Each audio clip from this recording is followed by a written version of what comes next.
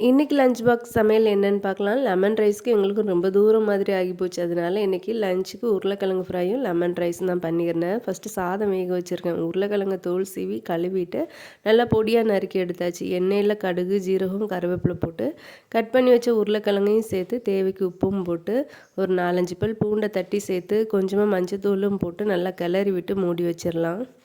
தண்ணி எதுவும் சேர்க்காம எண்ணெயிலே வேக வச்சு எடுத்துடலாம். உருளைக்கிழங்குல பூண்டு சேர்க்குறதால கேஸ் ப்ராப்ளம் இருக்காது. வேக வச்ச சாதமும் வெந்துருச்சு, வடித்து விட்டுடலாம். உருளைக்கிழங்கு ஒரு 3/4 வாசி வெந்து வந்ததும் காரத்துக்காக மிளகாத்தூள் சேர்த்து வதக்கி மறுபடியும் ஒரு 5 நிமிஷம் மூடி வச்சு வேக விட்டுடலாம். மிளகாத்தூளில் இருக்கிற பச்சை வாசனை போனதும் ஸ்டவ் ஆஃப் பண்ணிடலாம். லெமன் ரைஸ்க்கு ஏற்ற பக்காவான சைடிஷ் உருளைக்கிழங்கு பொரியல்னு குழந்தைங்க கேட்டால் கூட அழகாக சொல்லுவாங்க. சூப்பராக பொரியல் ரெடி ஆகிருச்சு.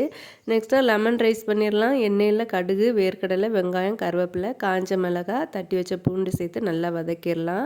லெமன் ரைஸ் பண்ணும்போது மறக்காமல் பூண்டையும் தட்டி சேர்த்து வதக்கிக்கோங்க. ரைஸ் சாப்பிட நல்லா வாசனையாக இருக்கும். ஸ்டவ் ஆஃப் பண்ணிவிட்டு லெமனை பிழிஞ்சு சேர்த்து வேக வச்ச ரைஸையும் போட்டு நல்லா கிளறி எடுத்துட்டா லஞ்ச் சிம்பிளாக சூப்பராக ரெடி ஆகிருச்சு. இன்றைக்கி காலைல பிரேக்ஃபாஸ்ட்லாம் எதுவும் செய்யலை. முன்னாடி நாள் வச்சு சாம்பார் இருந்ததால் அதே சூடு பண்ணி தொட்டுக்க உருளைக்கிழங்கு ஃப்ரையும் வச்சு பிள்ளைங்களுக்கு சாப்பிட கொடுத்தாச்சு. இப்போல்லாம் இந்த குட்டி மேடம் அவங்க அண்ணனுங்க சாப்பிடும்போதே அவளுக்கும் சேர்த்து வச்சு கொடுத்தா அவங்களோடவே சேர்ந்து சாப்பிட்ருவாங்க. இருக்கிற லஞ்சையும் அவங்கவுங்க பாக்ஸில் போட்டு பேக் பண்ணியாச்சு. ஸ்நாக்ஸுக்கு கிழங்கு சிப்ஸும் பிஸ்கெட்டும் வச்சு கொடுத்து அனுப்பியாச்சு. அவ்வளோதான். நாளைக்கு பார்க்கலாம்.